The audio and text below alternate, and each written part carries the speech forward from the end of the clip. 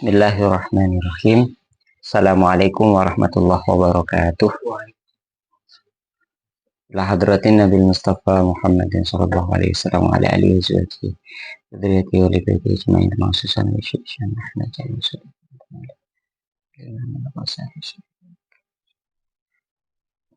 Al-Fatihah. A'udzu billahi minasyaitonir rajim.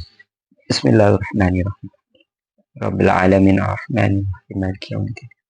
Iyyaka na'budu wa iyyaka nasta'in. Ihdinas siratal mustaqim. Siratal ladzina an'amta 'alaihim ghairil maghdubi 'alaihim waladdallin.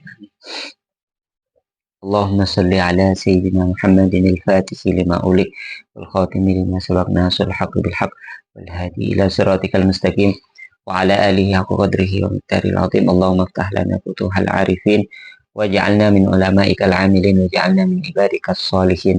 Allahumma akhrijna min dhulumatil jahli wa akrimna bi nuril fahmi waftah lana abwaaba fadlik waj'alna mimman yastami'una al-qaul yattabi'una ahsana amma ba'd. Baik, bismillahirrahmanirrahim. Alhamdulillah, di kesempatan kali ini kita bisa melanjutkan ngaji kitab Ihya Ulumuddin setelah sebelumnya mungkin sempat vakum ya. Kembali lagi, kenapa kita mesti dan penting untuk mengkaji kitab Ihya Ulumuddin di era sekarang. Tentunya pertama adalah bahwa kitab ini menyediakan terhadap kita semua pondasi hati, pondasi dalam beragama, pondasi dalam berakhlak ya, yang dibahas dalam keseluruhan kitab Ihya. Jadi selain isi dari kitab Ihya ini memuat tentang akhlak, di dalamnya juga memuat tentang tasawuf ya, yang kemudian akan menguatkan kita untuk menghadapi disrupsi zaman, menghadapi penyakit-penyakit zaman, menghadapi banyak hal yang menjadi cobaan zaman sekarang, yang barangkali membuat banyak orang beragama itu semakin tergerus imannya kah, semakin tergerus ibadahnya, apalagi termasuk yang terpenting adalah hatinya. Sehingga ingat seperti dawuhnya Imam Nawawi kalau nggak salah ketika mengomentari kitab Ihya ini sebenarnya adalah syarah dari hadis Kanjeng Nabi yang menjelaskan ala inna fil jasati mudghatan idza saluhat saluhal jasadu kullu wa idza fasadat fasadal jasadu kullu ala wahyal qalb. Ya, menjelaskan esensi dari hati manusia, keistimewaannya dan lain sebagainya. Kemudian dalam kesempatan kali ini kita akan membahas terkait Kitab Qawaidil Aqaid ya, terkait pondasi-pondasi akidah. Jadi kitab ini atau pembahasan ini masih termasuk dalam pembahasan ilmu. Jadi kalau dirunut, Imam Ghazali membahas mula-mula apa itu definisi ilmu, mana ilmu yang wajib seorang muslim itu pelajari dan mana yang tidak, dan bahwa semua ilmu itu sama-sama mulia dan sama-sama bersumber dari Allah. Setelah itu beliau membahas tentang seorang pelajar itu harus seperti apa, kemudian seorang pengajar atau al-alim itu harus seperti apa.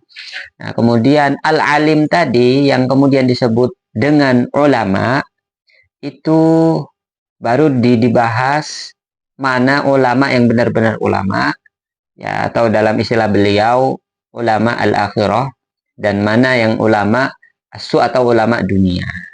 Nah, masih dalam kaitan itu di sini beliau membahas disiplin ilmu tauhid. Nah, mari kita baca. Bismillahirrahmanirrahim. Kitabu Qawaidil Aqaidi. Wa fihi arba'atu fusulin. Al-faslul awwalu fi tarjamati aqidati ahli sunnati fi kalimatai asy-syahadati allati hiya ahadu mabanil islami. Jadi ini adalah kitab pondasi-pondasi akidah. Dasar-dasar dari akidah. judul kitab ini atau judul pembahasan ini sama dengan judul kitab beliau sendiri yang disebut ya Qawaidul Aqaid.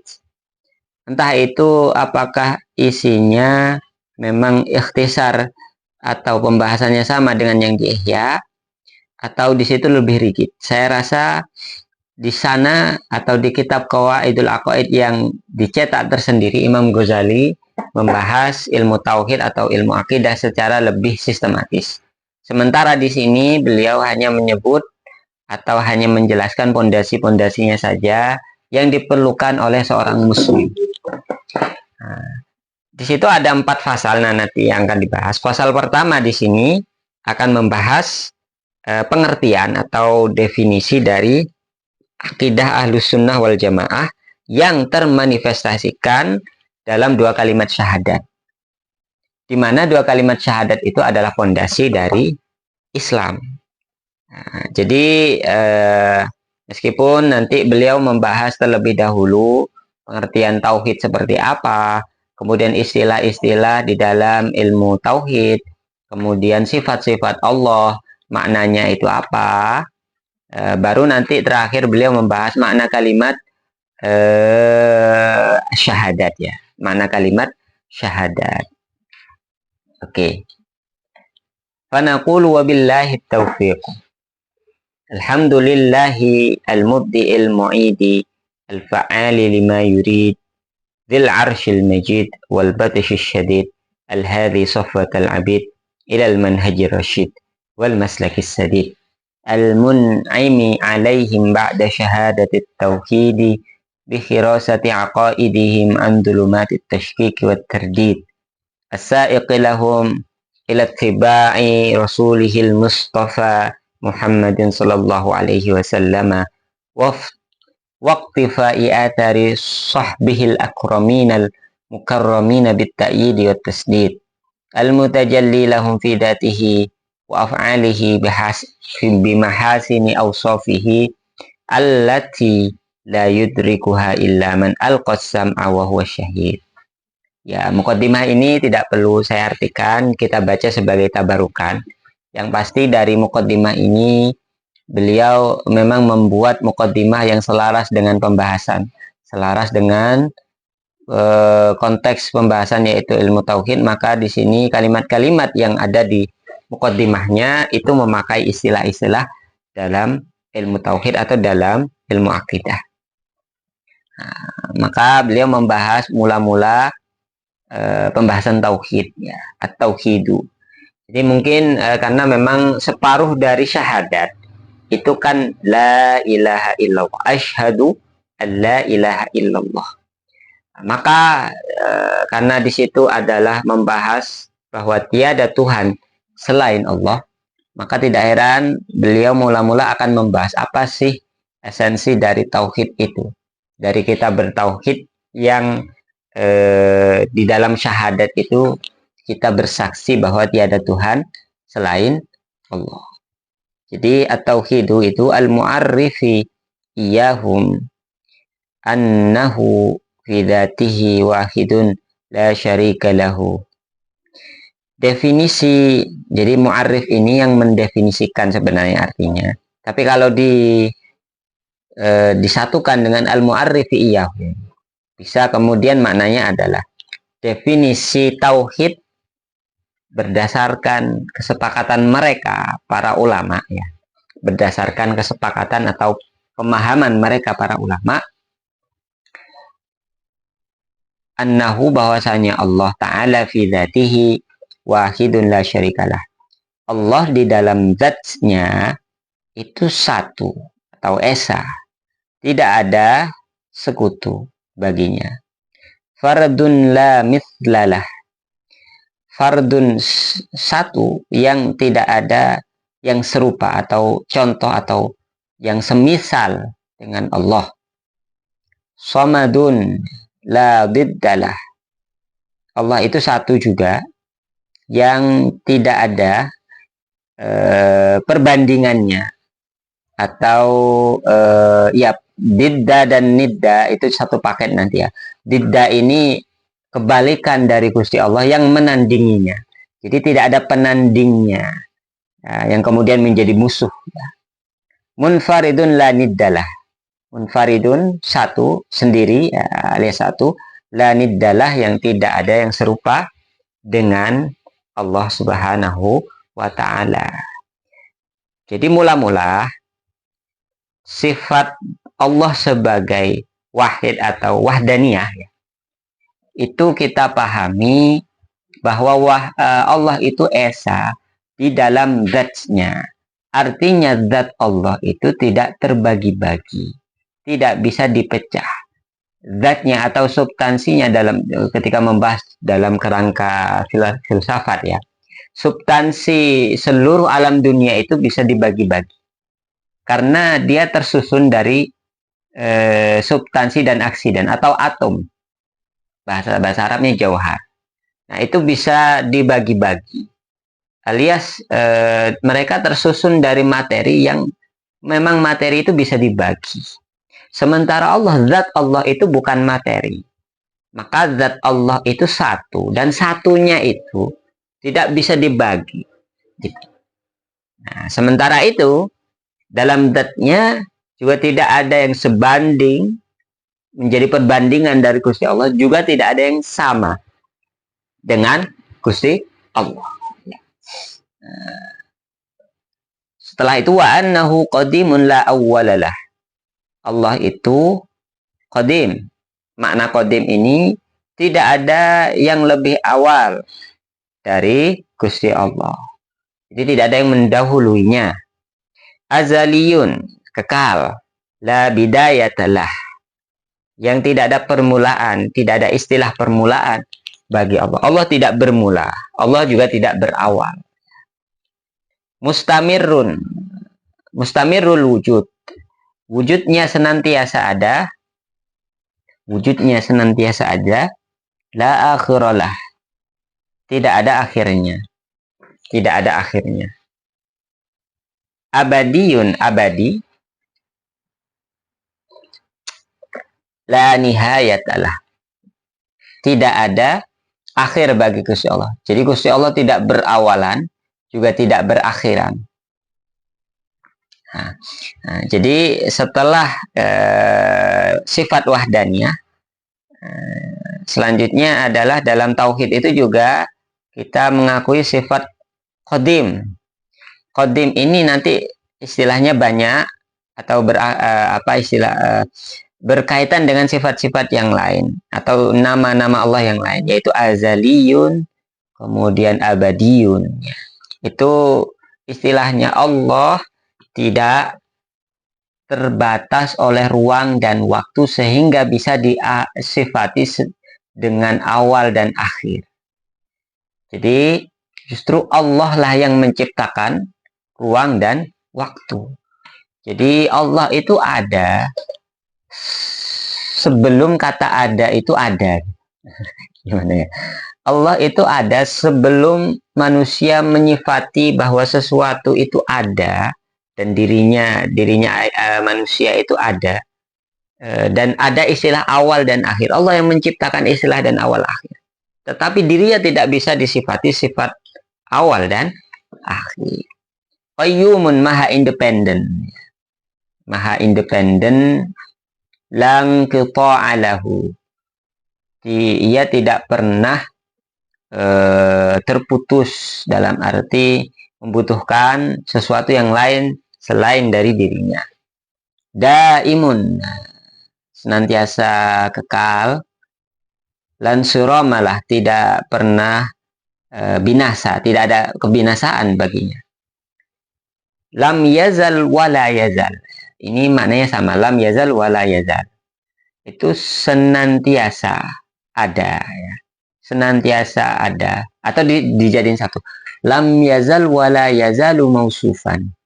Senantiasa disifati binu'util jalal, dengan sifat-sifat yang agung, dengan sifat-sifat yang agung.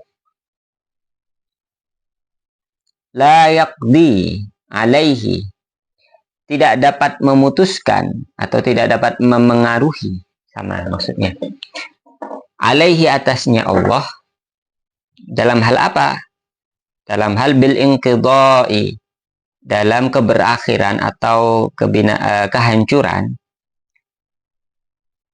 Siapa yang tidak dapat memutuskan itu? Tasorrumul amati wangqiradul ajali. Tasorrumul amadi, terbatasnya atau ya terbatasnya jatuh tempo waktu yang ada batas kebinasaan gitu, atau batas akhir atau batas kehancuran.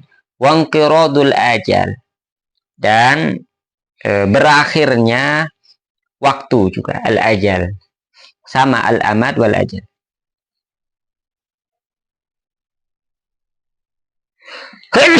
Alhamdulillah.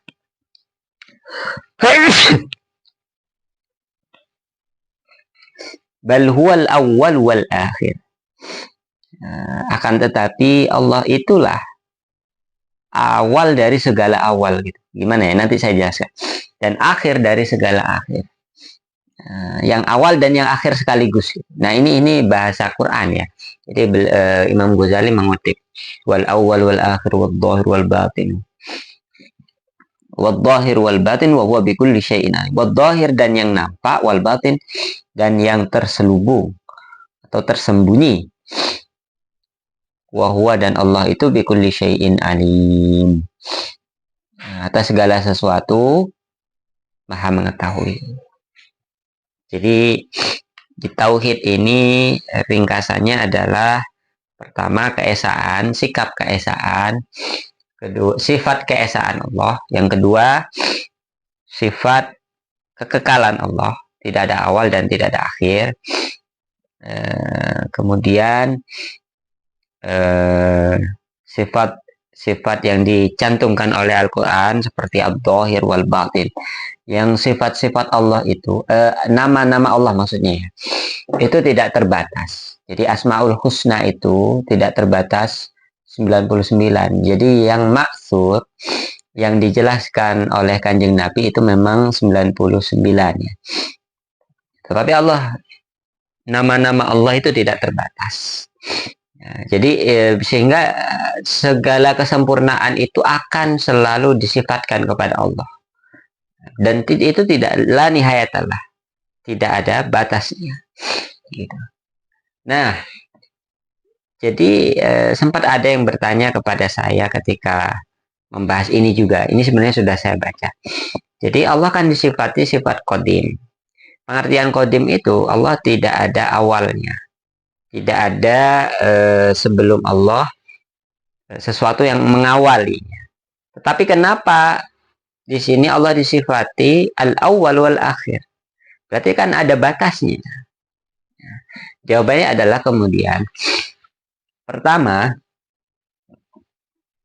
nama-nama yang disebutkan al-awwal wal akhir itu hanya dalam bentuk memudahkan akal manusia dalam bahasa Al-Quran untuk lebih dekat kepada Allah Subhanahu wa Ta'ala. Jadi nama-nama Allah yang disebutkan di dalam Al-Quran itu niatnya untuk membuat manusia agar bisa lebih dekat kepada Allah, sehingga mereka fada'ullaha bi asma'ihi. Jadi berdoalah kepada Allah dengan nama-namanya, termasuk dalam redaksi al-awwal wal akhir. Yang kedua, al-awwal di sini tafsirannya adalah bukan awal dalam konsep ruang dan waktu. Makna dari al-awwal wal akhir itu al-awwal qabla kulli syai'. Jadi yang paling awal sebelum segala sesuatu itu ada. Wal akhir, dan juga yang terakhir sebelum segala sesuatu itu ada, atau bahkan sebelum adanya awal dan akhir gitu. Ya, itu makna dari, jadi tidak ada yang bertentangan di sini.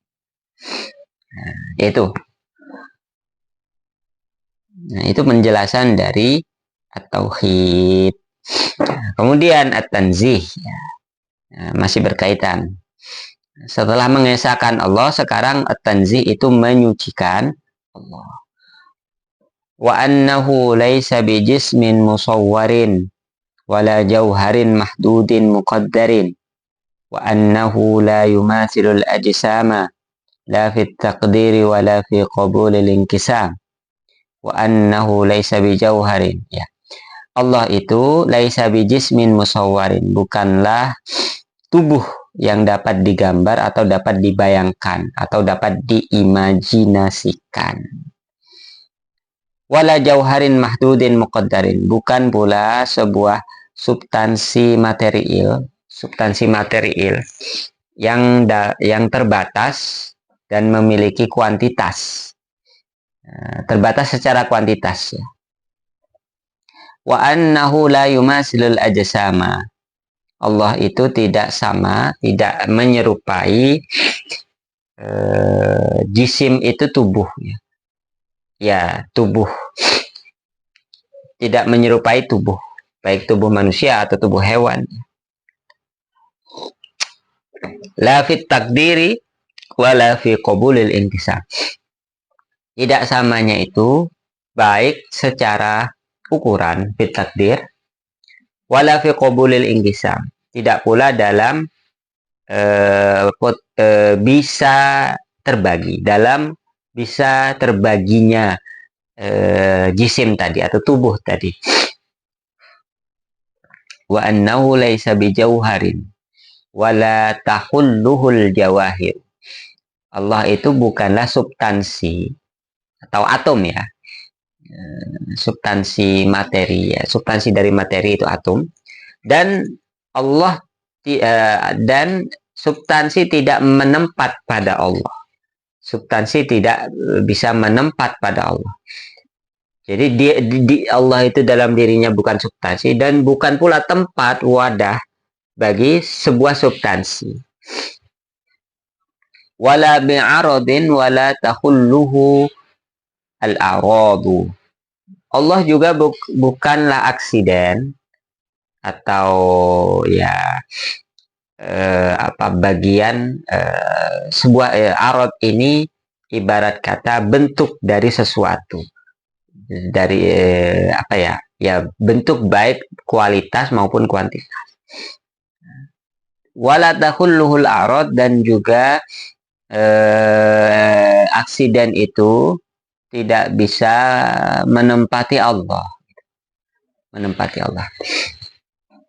Kenapa kemudian di dalam pembahasan tanzih menyucikan Allah itu mula-mula dengan mengatakan bahwa Allah bukanlah substansi maupun aksiden?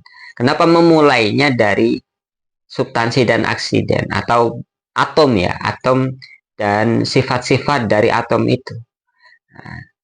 Adalah karena ini adalah uraian lebih sistematis dari sifat mukhalafatul lil hawadis. Jadi sifat Allah kan berbeda dengan makhluk. Nah, makhluk itu kalau dirinci atau dipreteli asal usulnya, seluruh makhluk di dunia ini asalnya adalah substansi atom, atau para ahli kalam menyebutnya jauhar farad. Semua berasal dari atom. Dunia ini kan asal usulnya dari atomnya. Termasuk manusia, meskipun akhirnya dari tanah bahannya atau bahan dasarnya. Tapi yang lebih kecil dari semua itu adalah atom. Jadi segala sesuatu di dunia kalau dibedah itu ada substansi dan aksidennya di situ, atau ada jauhar dan aradnya. Kita manusia, jauharnya apa? Yaitu materi kita apa? Materi kita ini adalah misalnya tanah, gitu. Aradnya apa? Arad dari manusia ini ada sifat-sifat dalam kita, sifat-sifat yang melingkupi kita.